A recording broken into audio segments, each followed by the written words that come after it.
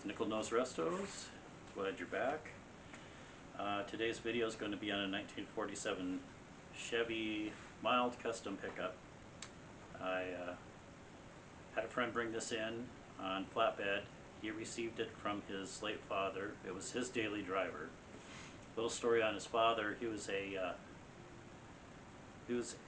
car customizer slash restorer.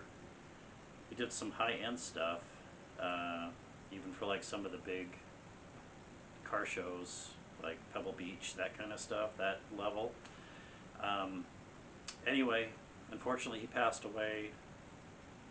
My friend Steven, he received this from his father, and I think it's been sitting for 3-4 years.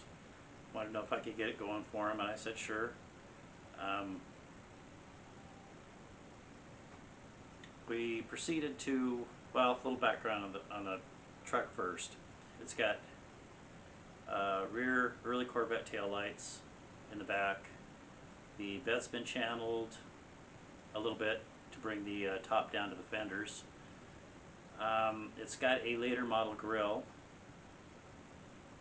It's got some really rare spotlights on it, and I forget what the name is, but they're quite pricey if you look them up on eBay. Maybe that's one of the reasons he wanted to keep this 6-volt. He wanted to keep some of the systems original. So he's got an early Chevy small block in it. I think it was a Tri-5 or even early Corvette motor. It's got the Corvette valve covers on it. I think it's 265, I want to say.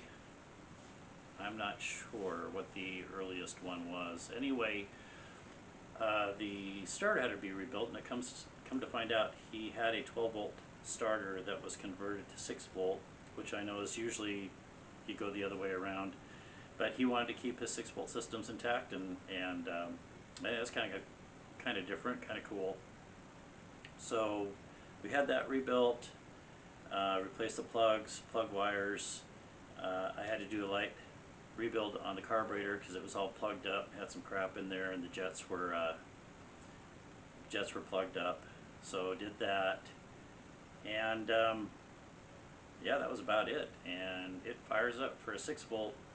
It's pretty good as far as how quickly it fires, and it's loud. I think it's got an exhaust leak or two in the manifolds, but Steven remembers his dad driving it that way, and that was the sound he wanted. So we're leaving it alone. We're not going to do anything with it.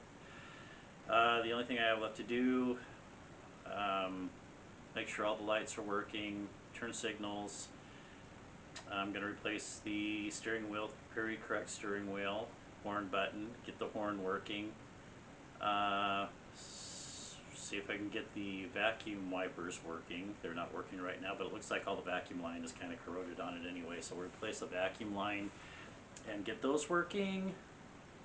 And I think that, we've got a new bumper to go on the back, so we'll replace that.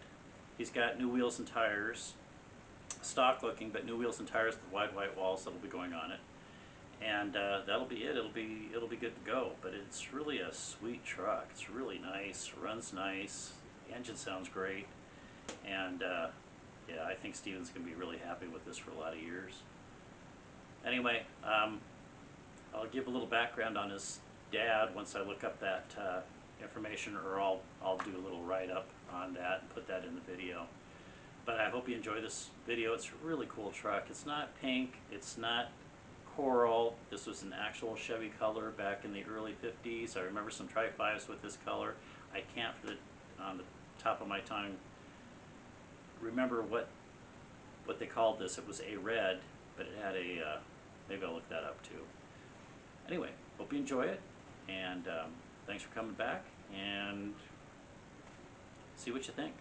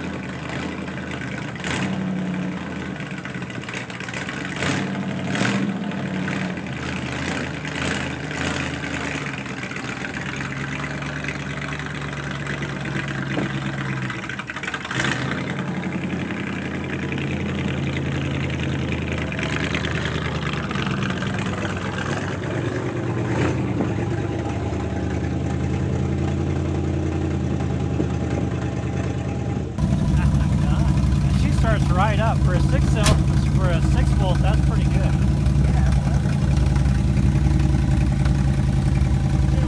Take it for a spin, just don't hit the tripod.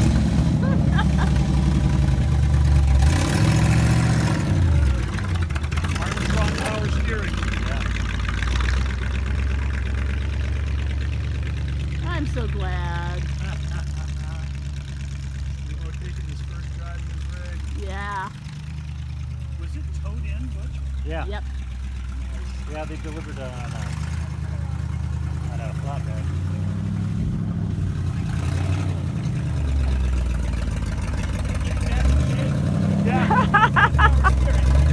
Oh, yeah.